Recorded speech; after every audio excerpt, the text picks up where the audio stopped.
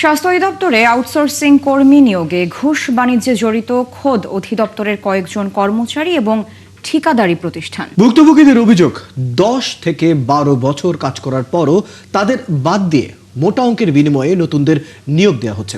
এ নিয়ে তদন্ত চলছে বলে জানালেন স্বাস্থ্য অধিদপ্তরের মহাপরিচালক। বিস্তারিত হিমেল মাহবুবের প্রতিবেদনে। স্বাস্থ্য অধিদপ্তরে যারা 10-12 বছর ধরে পরিষ্কার পরিচ্ছন্নতার কাজ করছেন, আজ তারা সেই চাকরির অনিশ্চয়তায় কর্মকর্তাদের দাঁড়ে দাঁড়ে ঘুরে ক্লান্ত। জীবিকা হারানোর অনিশ্চয়তা তাদের চোখে মুখে। গত এপ্রিল মাসে ইজিপি প্যাকেজের মাধ্যমে স্বাস্থ্য অধিদপ্তরে আউটসোর্সিং কর্মচারী নিয়োগের কাজ পায় ঠিকাদারি প্রতিষ্ঠান পিমা অ্যাসোসিয়েট লিমিটেড। টেন্ডারের মাধ্যমে 36 জনের নিয়োগ হলেও তা থেকে বাদ পড়েন আগে কাজ করা 16 জন। অভিযোগ, বাদ পড়া পরিচ্ছন্নতা কর্মীদের কাছ থেকে মোটা অঙ্কের টাকা চাওয়া হয়। আমরা নাম জাস্ট সুইপার স্যার, তারা সব স্যার নিয়েছে বাইরের থেকে, অথচ আমরা স্যার এদিকে 10-12 বছর ধরে স্যার কাজ করতেছে, অনেকদিন ধরে আমরা কষ্ট করি। আমগর টাকাটা কি করে অনেক বিভিন্ন জায়গা আছে, বেতন ঠিক মতন দেয় না আউটসোর্সিং স্যার। আমি আজকে গরিব মানুষ, টাকা দিতে পারি না, করে 2 লাখ করে টাকাও দিতে পারি না, আমার চাকরিও থাকে না স্যার। আপনার লাগে কি না করছি আমি, আপনার পায়ের জুতা পর্যন্ত আমরা পরিষ্কার করে দিচ্ছি। কইতেছি তোমরা বেতনে পাবো না, তো আমরা কাজও করলাম, বেতনও দেবে না, তারা কি করে খাবো আমরা? কন আসলে আমরা এখন স্যারদের দ্বারা এবং রিকোয়েস্ট করতে করতে আমরা ক্লান্ত হয়ে গেছে। এদের মধ্যে জয় ও বন্যারানী ডোমের কাছ থেকে পরিবহন কর্মকর্তা হাফিজউদ্দিন 1 লাখ টাকা করে চাইলে তারা 50,000 টাকা করে দেন। তুই বেশি না 1 লাখ টাকা লইস, 50,000 টাকা দিয়ে চাকরি দিই, আর চাকরি হওয়ার পর আরো 50,000 টাকা দিস। হাফিজ স্যার আমাদের 2 জনের থেকে নিয়েছে, 4 জনের কন্ট্যাক্ট করছে। হাফিজ স্যার আমার থেকে 1 লাখ টাকা চাইছে। আমরা তো এই আশাই টাকা দিয়েছি যাতে আমাদের যে চাকরিটা থাকে, আমরা চাকরি করে যাতে সামনে আরও কিছু আগাইতে পারি, কিন্তু সে আশাটা আমাদের হইল না। অভিযোগের সত্যতা জানতে যাওয়া হয় পরিবহন কর্মকর্তা হাফিজউদ্দিনের কাছে। প্রথমে তিনি ঘুষ নেওয়ার বিষয়টি অস্বীকার করেন। অভিযোগ করলে আমি ঠিক করব। অভিযোগ করলে স্বীকারোক্তিও তো আছে আমাদের কাছে। হ্যাঁ, আপনার স্বীকারোক্তিও তো আছে আমাদের কাছে। স্বীকারোক্তি কি আছে বলেন? পরে একটি ভিডিও দেখানোর পর তিনি উল্টো অভিযোগ করেন জয় ও বন্যারানী তাকে জোর করে টাকা দিয়ে উল্টো প্রশাসনের কাছে অভিযোগ দিয়েছেন। তারা বলছে এখানে থুইয়া জোর করে থুয়ে যায়। অভিযোগ তো আগেই রেডি ছিল, আমি তার জানিয়ে নিয়ে রেখেছি। এখানে কাজ করতেছে, আমাকে ডেকে নিয়ে গেছে। আলমারিতে আছে, আমি তো বলতেছি এখন আমাদের কর্তৃপক্ষ লাগবে। কর্তৃপক্ষ যেটা বলছি, কর্তৃপক্ষ আমি দেখাবো, কর্তৃপক্ষ লাগবে। হাফিজউদ্দিন একই সাথে স্বাস্থ্য অধিদপ্তরের স্টোরের প্রধান অফিস সহকারী এবং পরিবহন শাখার দায়িত্বে রয়েছেন বলে জানান। টেন্ডারের যে কাজকর্ম, বিল বাড়তো অনেক কিছুই তো আমার মাধ্যমেই যায়। ওদের বিলটা কে দেয়? এখানে তেল দিয়ে বদলি পোস্টিংগুলো আছে, গাড়ি চালকদের বদলি পোস্টিং আছে। হাফিজউদ্দিনের সাথে যখন 71 টেলিভিশনের প্রতিনিধিদের কথা হয়, তখন সেই রুমে পাওয়া গেল মঞ্জু রানী দাসকে। তিনি জানান প্রথমে তাকে বাদ দেওয়া হলেও পরে প্রিমা অ্যাসোসিয়েট লিমিটেডের ব্যবস্থাপনা পরিচালক দেলোয়ার হোসেনকে 1 লাখ টাকা ঘুষ দিয়ে নিয়োগ পান তিনি। নিয়োগপত্র দেখান 71 টেলিভিশনকে। কোম্পানির মাধ্যমে আমি এখন ঢুকছি, আমার লিস্টিতে নাম না থাকায় আমি কোম্পানির মাধ্যমে ঢুকছি। কত টাকা দিচ্ছেন আপনি? আমি 1 লাখ টাকা দিছি। একই রুমে ছিলেন রোজিনা খাতুন নামে নতুন নিয়োগ পাওয়া আরেকজন কর্মী। জানান টাকা ছাড়া এসব নিয়োগ হয় না। আমি এবার নতুন, কোম্পানি তো টাকা ছাড়া ঢোকায় না, তা যেখানে যাক না কেন কম বেশ করে তো ঢোকাবে। এ বিষয়ে জানতে ঠিকাদারি প্রতিষ্ঠানের ব্যবস্থাপনা পরিচালক দেলোয়ার হোসেনের সাথে বারবার যোগাযোগ করেও সাড়া মেলেনি। পরে অবশ্য ফোনে তিনি অসুস্থতার কারণে হাসপাতালে ভর্তি বলে জানান। এ বিষয়ে স্বাস্থ্য অধিদপ্তরের মহাপরিচালক জানান ঘটনার সত্যতা অনুসন্ধানে কাজ চলছে। নিয়োগ নীতিমালার ব্যত্যয় যদি ঘটে থাকে তাহলে আমরা এটিকে অ্যাড্রেস অবশ্যই করব এবং যথাযথ ব্যবস্থা নেব। একদম 0 টলারেন্স আমরা ব্যবস্থা নেব। পদগুলোতে 1 বছরের চুক্তিতে নিয়োগ দেওয়া হয়। প্রতি মাসে 16,500 টাকা করে বছরে কর্মীরা পান 1,98,000 টাকা। আর সেই চাকরির জন্য 2 থেকে 3 লাখ টাকা ঘুষ। চাকরি প্রত্যাশীরা বলছেন প্রতি বছর মেয়াদ বাড়ানো এবং কোনো এক সময় স্থায়ী চাকরির আশায় তারা এই পথ বেছে নেন। হিমেল মাহবুব, 71, ঢাকা। দল ভারী করার জন্য আওয়ামী লীগকে রাজনীতি করার সুযোগ দেওয়া ঠিক হবে না বলে মন্তব্য করেছেন জামাত ইসলামের আমির ডাক্তার শফিকুর রহমান। সকালে বাগেরহাট সার্কিট হাউসে সাংবাদিকদের সঙ্গে মতবিনিময় সভায় তিনি কথা বলেন। এ সময় বিরোধী দলীয় নেতা আরও বলেন, এখন পর্যন্ত আওয়ামী লীগ 2024 গণহত্যার দুঃখ প্রকাশ করেনি। তাদের কোনো অনুশোচনাও নেই। তাই এদের রাজনীতিতে আনা অন্যায় হবে। দেশের শান্তি শৃঙ্খলা রক্ষার দায়িত্ব সরকারের মন্তব্য করে তিনি জানান, এই জায়গায় তারা যত গোছানো হবে দেশ তত সুন্দরভাবে পরিচালিত হবে। সরকারকে যেখানে সহযোগিতা করা দরকার সেখানে সহযোগিতা, আর যেখানে বিরোধিতা প্রয়োজন সেখানে জামাতে ইসলামীর প্রতিবাদ করবে বলে জানান ডক্টর শফিকুর রহমান। এখনো মিডিয়া পুরোপুরি স্বাধীন আপনারা বলতে পারবেন, আপনারা আমার চেয়ে বড় সাক্ষী আমি বলতে যাচ্ছি। আমরা যতই চিৎকার দিই, সকল আমলের সকল সরকার চিৎকার দিয়েছে, মিডিয়া সম্পূর্ণ স্বাধীন। আমি একবারও বিশ্বাস করি নাই, এখনো বিশ্বাস করি।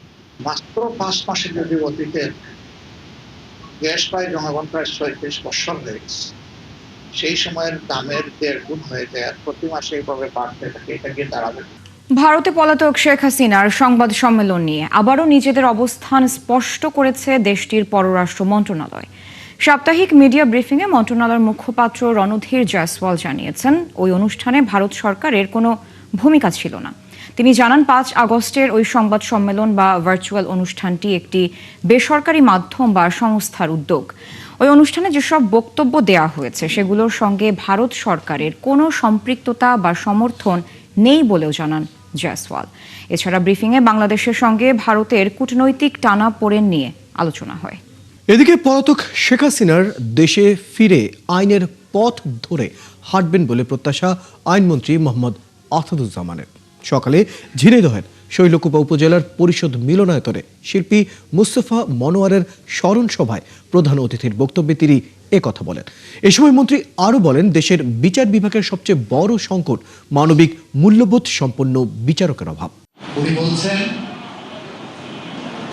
উনি ডিসেম্বরে আসবেন, আমিও বিশ্বাস করতে চাই উনি ডিসেম্বরে এসে কারাগারে যান, আইনের পথ ধরে হাঁটুক। আইনের পথ ধরে হাঁটলে আমরা একটা কথা বারবার বলি, অনেক ক্ষমতা মানুষের, কিন্তু আইনের ক্ষমতা তার থেকেও দীর্ঘ। আইন তার দীর্ঘ ক্ষমতা প্রয়োগ করবে। সংসদে সমস্যার সমাধান না করে রাজপথ উত্তপ্ত করার হুমকি গণতন্ত্র নয় বলে মন্তব্য করেছেন বিএনপি মহাসচিব মির্জা ফখরুল ইসলাম আলমগীর। সকালে টেলিভিশন এডিটর্স কাউন্সিল টিইসি আয়োজিত সেমিনারে তিনি অভিযোগ করেন, 5 মাস না যেতেই সরকারকে নানাভাবে অস্থির করছে বিরোধী দল। এ সময় কর্পোরেট ব্যবসার সাথে সাংবাদিকতাকে গুলিয়ে না ফেলার পরামর্শ দেন তথ্যমন্ত্রী জহির উদ্দিন স্বপন। ফরহাদ ইবনে মালিকের রিপোর্ট। টেকসই গণতন্ত্রে গণমাধ্যমের ভূমিকা, এমন বিষয় সামনে রেখে রাজধানীর একটি হোটেলে এক সেমিনারের আয়োজন করে টেলিভিশন এডিটর্স কাউন্সিল টিইসি। উপস্থিত ছিলেন দেশের টেলিভিশন মাধ্যমের সম্পাদক, বার্তা সম্পাদকরা। সেখানে গণতন্ত্র টেকসই হবে। সেমিনারে বক্তারা বলেন, গণমাধ্যম রেল লাইনের 2টি লাইনের মতো, এদের মাঝে একটি দুর্বল হয়ে পড়লে রাষ্ট্র ব্যবস্থা ধ্বংস হয়ে যায়। গণতন্ত্র ও গণমাধ্যমকে একটি রেল লাইনের 2টি সমান্তরাল লাইনের সাথে তুলনা করা যায়। এদের মধ্যে যে কোনো একটি দুর্বল হয়ে পড়লে রাষ্ট্র ব্যবস্থা ভারসাম্য নষ্ট হয় এবং গণতন্ত্র প্রকৃত উদ্দেশ্যে অর্জনে ব্যর্থ হয়। রাষ্ট্র টিকে থাকে শক্তি দিয়ে নয়, আস্থা দিয়ে। আর সেই আস্থার সবচেয়ে নির্ভরযোগ্য ভিত্তি স্বাধীন, দায়িত্বশীল ও পেশাদার গণমাধ্যম। আমাদের যে সম্পাদকীয় নীতিমালা বা যে সংবাদ তৈরি হবে, সেই সংবাদটি যেন সম্পাদকীয় ডেস্কেই তৈরি হয়। এটি যেন কোনো রাজনৈতিক অফিস, কোনো প্রশাসন কিংবা কোনো মালিকানার অফিস যেন তৈরি না হয়। অনুষ্ঠানে 71 টিভির COO and head of news Shafiq Ahmed সবাইকে অপতথ্যের বিরুদ্ধে কাজ করার আহ্বান জানান। গণমাধ্যমে নানা ধরনের ছবি, এআই দিয়ে তৈরি করা ছবি, ডিপ ফেক এবং একজনের ছবি আর একজনের সাথে জোড়া লাগিয়ে এমন কারসাজি করে সেটি উপস্থাপন করা হয়, ব্যক্তি, রাজনীতিবিদ এবং সমাজের বিভিন্ন শ্রেণী পেশার মানুষের সাথে এটা হচ্ছে।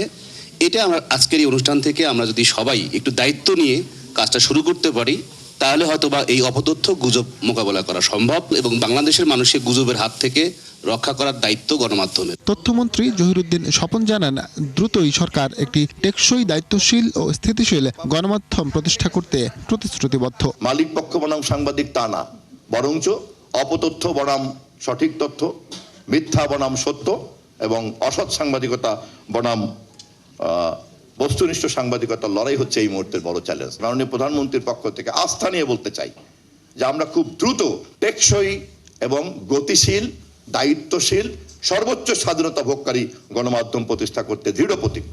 এ সময় স্থানীয় সরকার মন্ত্রী ও বিএনপি মহাসচিব মির্জা ফখরুল ইসলাম আলমগীর সরকারের 5 মাস না যেতেই অনেকে শেখ হাসিনার মতো কথা বলতে শুরু করেছেন বলে মন্তব্য করেন। 3 মাস 4 মাস গেল না, আমরা এখন রাস্তায় নেমে গেছি।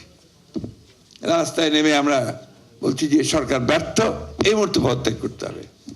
আমরা বলছি যে 5 বছর যেতে দেবো না, একদম ফ্যাসিস্ট ভাষায়, আওয়ামী লীগের ভাষায় কথা বলা হচ্ছে, হাসিনার ভাষায়, যে 5 বছর যেতে দেবো না, আগেই শেষ করে দেবো। গণতন্ত্র প্রতিষ্ঠায় রাজপথে কথা না বলেই সংসদে কথা বলার আহ্বান জানান বিএনপি মহাসচিব। আপনি পার্লামেন্টে আসেন, পার্লামেন্টের কথাগুলো বলেন, বলা হয়েছে পার্লামেন্টের কথা। আপনার জুলাই সনদ নিয়ে কথা আছে, গণভোট নিয়ে কথা আছে, এগুলো পার্লামেন্টেই সমাধান করা যায়। কিন্তু আমরা দেখেন, আমাদের যারা আমরা গণতন্ত্রের কথা বলি, আমরা যুদ্ধ করি, সংগ্রাম করি, লড়াই করি, আমরাই তো এটা মানতে চাই। এছাড়া নিজেদের স্বার্থে গণমাধ্যমের সবাইকে এক হওয়ারও পরামর্শ দেন তিনি। ফরহাদ ইবনে মালেক, ৭১, ঢাকা। নারায়ণগঞ্জের বন্দর এলাকার একটি বাসায় গ্যাস লাইনের বিস্ফোরণে 3 জন দগ্ধ হয়েছে। মুসাপুর ইউনিয়নের চাপাতলি ইটেরপুল এলাকার ওই বাসায় লিকেজ থেকে গ্যাস জমে এই বিস্ফোরণ হয়। আহতদের ঢাকার জাতীয় বার্ন অ্যান্ড প্লাস্টিক সার্জারি ইনস্টিটিউটে ভর্তি করা হয়েছে। নারায়ণগঞ্জ বন্দর ফায়ার স্টেশনের কর্মকর্তা সঞ্জয় খান জানান, ওই বাসায় ভাড়াটিয়া মাইদুলের রান্নাঘরে গ্যাস লাইনের লিকেজ থেকে এই দুর্ঘটনা ঘটে। ভোরে মাইদুল লাইটার জ্বালালে বিকট শব্দে বিস্ফোরণ হয় এবং পুরো ঘরে আগুন ছড়িয়ে পড়ে। ওই সময় মাইদুল, তার স্ত্রী বিউটি এবং তার শিশু সন্তান মারুফ দগ্ধ হয়। পরে এলাকার লোকজন তাদের উদ্ধার করে জাতীয় বার্ন অ্যান্ড প্লাস্টিক সার্জারি ইনস্টিটিউটে নিয়ে যায়। রুমটার মধ্যে আপনার এই গ্যাস জমা হওয়ার ফলে সে যখন এখানে সিগারেট ধূমপান করতে যায়, ধূমপানের ফলে যখন সে ম্যাচের কাঠি জ্বালায়, সেখান থেকে একটা আকস্মিক বিস্ফোরণ হতে পারে। প্রাথমিক ধারণা করতেছি যে রুমটার মধ্যে আপনার এই গ্যাস জমা হওয়ার ফলে সে যখন এখানে সিগারেট ধূমপান করতে যায়, ধূমপানের ফলে যখন সে ম্যাচের কাঠি জ্বালায়, সেখান থেকে একটা আকস্মিক বিস্ফোরণ হতে পারে। সড়ক মহাসড়কে নিরাপত্তায় 12 দফা সুপারিশ করেছে জনকল্যাণমুখী সংগঠন নিরাপদ সড়ক চাই। সকালে রাজধানী শিল্পকলা একাডেমিতে আয়োজিত অনুষ্ঠানের প্রধান অতিথি সংস্কৃতি বিষয়ক মন্ত্রী বলেন, একটি আধুনিক এবং ঐক্যবদ্ধ বাংলাদেশ গড়তে সকল মানুষের অধিকার রক্ষা করতে হবে। আরও জানাচ্ছেন সিফাত ফারুকী। নিরাপদ সড়কের দাবিতে 33 বছরের পথ চলায় এই সমাবেশে সড়ক, রেল ও নৌপথের নিরাপত্তা নিশ্চিতকরণে জাতীয় কর্মপরিকল্পনা, বাস্তবায়িত 12 দফা সুপারিশ উপস্থাপন সহ নিরাপদ বাংলাদেশ বিনির্মাণে করণীয় বিষয়ে আলোচনা হয়। অনুষ্ঠানে সংগঠনের প্রতিষ্ঠাতা চেয়ারম্যান অভিনেতা ইলিয়াস কাঞ্চন বলেন, কেউ কারো প্রতিপক্ষ নয়। নিরাপদ সড়ক বাস্তবায়নে দেশবাসীকে সচেতন সহ সরকারের সহযোগিতা কামনা করেন তিনি। আমরা একে অপরের প্রতিপক্ষ নই, আমরা সবাই মানুষের জীবন রক্ষার সহযোদ্ধা। আমার স্বপ্ন আপনাদের কাছে দিয়ে গেলাম। আমি না থাকলেও আপনারা নিরাপদ সড়ক বাস্তবায়ন ভূমিকা রাখবেন। অনুষ্ঠানে সড়ক প্রতিমন্ত্রী হাবিবুর রহমান হাবিব বলেন, সরকারের লক্ষ্য শুধু দুর্ঘটনা কমানোই নয়, একটি সুশৃঙ্খল সড়ক ব্যবস্থাপনা নিশ্চিত করা। বর্তমান সরকার একটি আধুনিক, নিরাপদ, জবাবদিহিমূলক যোগাযোগ ব্যবস্থা গড়ে তোলার লক্ষ্যে কাজ করছে। সড়ক নিরাপত্তা ব্যবস্থাপনাকে শক্তিশালীকরণ, ট্রাফিক ব্যবস্থা আধুনিকায়নকরণ এবং সচেতনতা বৃদ্ধির মাধ্যমে একটি টেকসই ও নিরাপদ পরিবহন ব্যবস্থা গড়ে তুলতে সরকার বদ্ধপরিকর। এ সময় নিরাপদ সড়ক প্রতিষ্ঠায় নিশ্চার অবদানের কথা তুলে ধরে সংস্কৃতিমন্ত্রী বলেন, প্রতিষ্ঠা লগ্ন থেকেই দেশে নিরাপদ সড়ক ও নিরাপদ বাংলাদেশ বিনির্মাণে নিরলসভাবে কাজ করে আসছে সংগঠনটি। নিরাপদ সড়ক নিশ্চিতে কার্যকরী পদক্ষেপ গ্রহণে সরকারের সহযোগিতার প্রতিশ্রুতিও দেন তিনি। এটা কারোরই কোনো ব্যক্তিগত দাবি নয়। আমরা প্রয়োজনে আমাদের সড়ক যোগাযোগ মন্ত্রণালয়ের প্রতিমন্ত্রী এখানে আছেন, প্রয়োজনে ওনারাও ডাকবেন। আমরা এই বিষয়টা নিয়ে যার যেখানে যতটুকু শক্তি আছে আমরা চেষ্টা করে যাব। এ সময় সংগঠনের পক্ষ থেকে নিরাপদ সড়ক বাস্তবায়নে কার্যক্রম অব্যাহত রাখার প্রত্যয় ব্যক্ত করেন ইলিয়াস কাঞ্চনের ছেলে মিরাজুল মঈন জয়। আপনারা আমার পাশে থাকেন, যেভাবে আপনি আমার বাবার পাশে ছিলেন, আমার বাবার জন্য দোয়া করবেন এবং ইনশাআল্লাহ সে যে স্বপ্ন নিয়ে 1993 সালে যে যাত্রা শুরু করেছিল, আজকে 33 বছর হয়ে গেল। এটা আরো 33 বছর এগিয়ে নিয়ে যাব। মাননীয় চেয়ারম্যানের সিফাত ফারুকী, ৭১, ঢাকা। সর্বসাধারণের জন্য উন্মুক্তের পর প্রথম ছুটির দিনে জুলাই গণঅভ্যুত্থান স্মৃতি জাদুঘরে দর্শনার্থীদের উপচে পড়া ভিড় দেখা গেছে। তবে শুক্রবারের সময়সূচি জানা না থাকায় অনলাইন টিকিট ও প্রবেশ ব্যবস্থাপনায় চরম বিশৃঙ্খলায় ক্ষোভ জানান দর্শনার্থীরা। প্রতিদিন 900 জনের প্রবেশের নিয়ম থাকলেও গেটের সামনে ভিড় জমান কয়েক হাজার মানুষ। আরো জানাচ্ছেন ইলিয়াস আকন।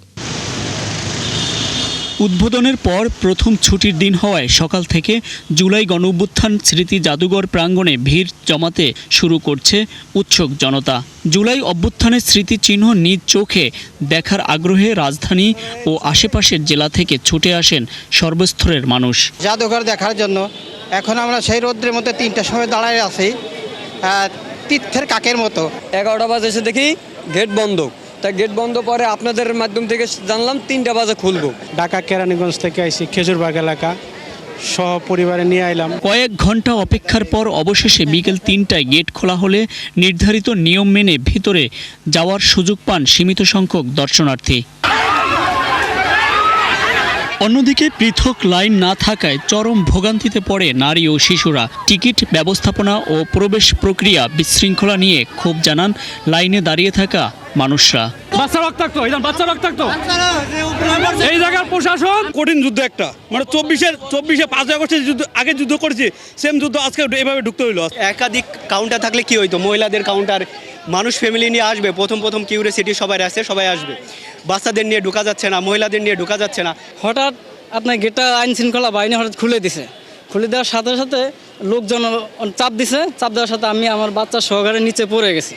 আমার বাচ্চা আহত হয়েছে, এখানে আড়ুতে ব্যথা পাইছে। জাদুঘরে প্রবেশ করে শহীদ ও আহতদের ব্যবহার্য জিনিসপত্র, প্রদর্শিত ভিডিও ও আলোকচিত্র দেখে আবেগ আপ্লুত হয়ে পড়েন অনেকে। কেউ কেউ এসব ঐতিহাসিক স্মৃতি ক্যামেরাবন্দি ও ছবি তুলে রাখার চেষ্টা করেন। তো আজকে এসে আমার অনুভূতি অনেক ভালো। আমি এখানে পুরো জায়গাটা ঘুরতে চাই, এখানে কি আছে সব সম্পর্কে জানতে চাই। প্রত্যেকটা জিনিস আমার কাছে খুবই ভালো লাগছে। মানে আসলে দেখতে আসছি যে জুলাই যারা জীবন দিয়েছে, তাদের প্রতি অনুপ্রেরণা থেকে আমরা এখানে আসছি, যে তারা কতটা কষ্ট করে আমাদের জন্য এই সুন্দর একটা দেশ দিয়ে গিয়েছে। এখানে যে আসা এটা কোনো বিনোদনের জায়গাও না। আসলে যে দৃশ্য আপনি দেখবেন, এটাকে আপনি আবেগ ঘন মুহূর্তের বিষয়গুলো এবং আপনাদের অতীতের ইতিহাসগুলো, যেগুলো 17 বছরের ফ্যাসিস্টে যে ছিল, ওই শাসন আমলগুলো তুলে ধরা হয়েছে এবং তাদের গুম খুনের। বিশেষ করে আমি দেখলাম যে সবচেয়ে মানুষ আগ্রহ হলো গুমের বিষয়টা, খুব আগ্রহ আমি দেখলাম যে যারা দর্শনার্থী আসছে সবাই দেখছি গুম ঘরগুলোর দিকে খুব করতেছে। স্বাভাবিক দিনে 3টি স্লটে মোট 900 জন প্রবেশের সুযোগ পাওয়ার কথা থাকলেও ছুটির দিনে মূল ফটকের সামনে জমায়েত হন 2 থেকে 3 হাজার দর্শনার্থী। গণঅভ্যুত্থানের ইতিহাস সংরক্ষণ ও সাধারণ মানুষের সামনে তুলে ধরার এই উদ্যোগ প্রশংসিত হলেও টিকিট ও প্রবেশ ব্যবস্থাপনার সমন্বয়হীনতা দর্শনার্থীদের হতাশ করেছে। দ্রুত এসব ভোগান্তির দূর করার দাবি সবার। ইলিয়াস আকন, ৭১, ঢাকা। চট্টগ্রামের কাঁচা বাজারে কিছু সবজির দাম সামান্য কমলেও স্বস্তি নেই সাধারণ মানুষের জীবনে। বৈরী আবহাওয়া ও সরবরাহ সংকটের কারণে মাছ, মাংস, ডিম, পেঁয়াজ, রসুন ও চালের দাম এখনো ঊর্ধ্বমুখী। ক্রেতারা বলছেন কর্তৃপক্ষের নিয়মিত তদারকি না থাকায় ইচ্ছে মতো পণ্যের দাম বাড়িয়ে দিচ্ছেন বিক্রেতারা। জহিরুল ইসলামের ক্যামেরায় আরো জানাচ্ছেন রাজীব বড়ুয়া। বাজারে ঢুকতেই চোখে পড়ে সবজির বাড়তি দাম। বিক্রেতাদের দাবি, বন্যার কারণে বিভিন্ন এলাকা থেকে পর্যাপ্ত সরবরাহ না আসায় দাম এখনও স্বাভাবিক হয়নি। প্রতি কেজি কাঁকরোল বিক্রি হচ্ছে 140 টাকা, ঝিঙ্গা 100, পটল 70 টাকা, টমেটো 140 এবং বরবটি 80 থেকে 100 টাকায়। বৃষ্টির কারণে একটু সরবরাহ কমে গেছে, সেজন্য দাম একটু বেশি। বেগুন 120 টাকা করে কেজি, বেগুন 160 টাকা ছিল গত সপ্তাহে। সবজি নিয়ে তেমন একটা চিন্তা করি না আমাদের অবস্থানগত কারণে, কিন্তু এখন আমাদেরকে ওটাও চিন্তা করতে হচ্ছে। এক সপ্তাহের ব্যবধানে কেজি প্রতি 30 টাকা বেড়ে ব্রয়লার মুরগি বিক্রি হচ্ছে 210 টাকায়, আর 10 টাকা বেড়ে সোনালী মুরগির দাম দাঁড়িয়েছে 350 টাকায়। বেড়েছে দেশি মুরগির দামও। অন্যদিকে ডিমের দাম ডজন প্রতি 5 থেকে 10 টাকা বেড়ে বিক্রি হচ্ছে 145 থেকে 150 টাকায়। গরুর মাংস বিক্রি হচ্ছে 850 থেকে 1050 টাকায়। ব্রয়লার মুরগি আমরা 210 টাকা বিক্রি করতেছি। সোনালিটা 350 আর দেশিটা আপনার 660 70 এরকম। গত সপ্তাহে তুলনা প্রতি ডজনে 5 থেকে 10 টাকা বাড়ছে। মাংসের দামটা বাড়ে নাই, এখন আমরা 1050 টাকা হইতে 1000 টাকা ভিতরে বেশি, আর হাড্ডিওয়ালা সিনার মাংস বেশি 900 হইতে 800 হইতে 850 টাকা করে। টানা বৃষ্টি ও উত্তাল সাগরের কারণে গভীর সমুদ্রে মাছ ধরতে যেতে পারেননি বহু জেলে। এতে বাজারে কমেছে সামুদ্রিক মাছের সরবরাহ। আবহাওয়া এখন বর্তমানে খারাপ, বোট কিন্তু যাচ্ছে না। এই 2-1 দিনের ভিতরে বোট শেষ হয়ে গেলে মাছের দাম বেড়ে যাবে। তেলাপিয়া বেচতাম আপনার 250 টাকা, এখন 300 টাকা। দেশি মাছটা একটু দাম বেশি। বাজারে বেড়েছে পেঁয়াজ, আদা ও রসুনের দাম। পাশাপাশি চালের দামও বেড়েছে বলে জানান বিক্রেতারা। 5 থেকে 10 টাকা বেড়ে পেঁয়াজ 60 টাকা, আদা 130 ও রসুন 140 টাকায় বিক্রি হচ্ছে। গত সপ্তাহে রসুন ছিল 120 থেকে 125 টাকা, এই সপ্তাহে এসে 130 থেকে 135 টাকা পার কেজি, 5 টাকা করে বাড়ছে। নর্মাল চাউল কাটারি আতপটা সবগুলোতে 2200-2300 টাকার উপরে। গ্রাম অঞ্চল থেকে এখানে আস্তে আস্তে জিনিসের দাম ডাবলের চেয়ে বেশি হয়ে যায়। ব্যবসায়ীরা বলছেন সরবরাহ ব্যবস্থা পুরোপুরি স্বাভাবিক হলে দাম কমতে পারে। তবে ক্রেতারা বলছেন শুধু আশ্বাস নয়, কার্যকর বাজার তদারকির মাধ্যমেই স্বস্তি ফিরিয়ে আনা সম্ভব। রাজীব বড়ুয়া, 71, চট্টগ্রাম। অন্যদিকে সরবরাহ বাড়ায় মানিকগঞ্জের বাজারে কমতে শুরু করেছে সব ধরনের সবজির দাম। গেল সপ্তাহের তুলনায় প্রতিটি সবজি কেজিতে 10 থেকে 20 টাকা পর্যন্ত কমেছে। এতে কিছুটা স্বস্তিতে ক্রেতারা। আর বিক্রেতারা বলছেন পাইকারি বাজারে সবজির সরবরাহ বাড়ায় দামও কমতে শুরু করেছে। টানা বৃষ্টি না হলে দাম আরো কমার সম্ভাবনা রয়েছে। মনিরুল ইসলাম মিহিরের প্রতিবেদন। বৃষ্টি কমে যাওয়ায় মানিকগঞ্জের বাজারে গেল সপ্তাহের তুলনায় সব ধরনের সবজির দাম কেজি প্রতি 20 থেকে 30 টাকা পর্যন্ত কমেছে। এতে স্বস্তি ফিরেছে ভোক্তাদের মাঝে। বাজার ঘুরে দেখা গেছে গেল সপ্তাহের তুলনায় বেগুন, শসা, করলা, চিচিঙ্গা, পটল, ঢেঁড়সের দাম কেজিতে কমেছে 20 থেকে 30 টাকা পর্যন্ত। সবচেয়ে বেশি কমেছে কাঁচামরিচের দাম। গেল সপ্তাহে 400 টাকার কাঁচামরিচ কমে বিক্রি হচ্ছে 160 থেকে 180 টাকায়। বিক্রেতারা বলছেন পাইকারি আড়তে সবজির সরবরাহ বেড়ে যাওয়ায় দামও বেশ কমেছে। উস্তা, মরিচ, পটল, ধুন্দুল এগুলির দাম কমছে, নিয়ন্ত্রণের ভিতরে আছে। কুশাগরাটি 20 টাকা ছিল, 30 টাকা 40 টাকা, এখন আবার মিডিয়ায় 15-10-20 টাকা। সপ্তাহের ব্যবধানে সবজির দাম কিছুটা কমায় স্বস্তি ফিরেছে ক্রেতাদের মধ্যে। ক্রেতারা জানান পুরোপুরি নাগালের মধ্যে না এলেও আগের তুলনায় দাম কমায় চাহিদা অনুযায়ী সবজি কিনতে পারছেন। যখন বৃষ্টি ছিল প্রচুর, তখন তো দ্রব্যমূল্যটা বৃদ্ধি পেয়েছিল সবজির মূল্যগুলো। তো আজকে এসে দেখলাম মোটামুটি নিয়ন্ত্রণের মধ্যেই আছে। অনেক ছিল দাম, এখন তো কিনে খাওয়ার মতো সাধ্য হয়েছে আমাদের। বাড়তি ছিল তখন বাজার করতে যায় আমাদের হিমশিম খাইতেছে, এখন স্বাভাবিক আছে। এখন আমরা মোটামুটি সবজি ভালো কিনতে পারতেছি। পাইকারি ও খুচরা বাজারে নিয়মিত মনিটরিং ব্যবস্থা জোরদার রাখার দাবি জানিয়েছেন ভোক্তারা। মনিরুল ইসলাম মিহির, 71, মানিকগঞ্জ। দর্শক, চলছে সংবাদ সংযোগ। সরাসরি সংবাদ এবং অনুষ্ঠান দেখতে চোখ রাখুন 71-এর ফেসবুক পেজে এবং সাবস্ক্রাইব করুন 71 ইউটিউব চ্যানেল। থাকুন 71-এর সাথে।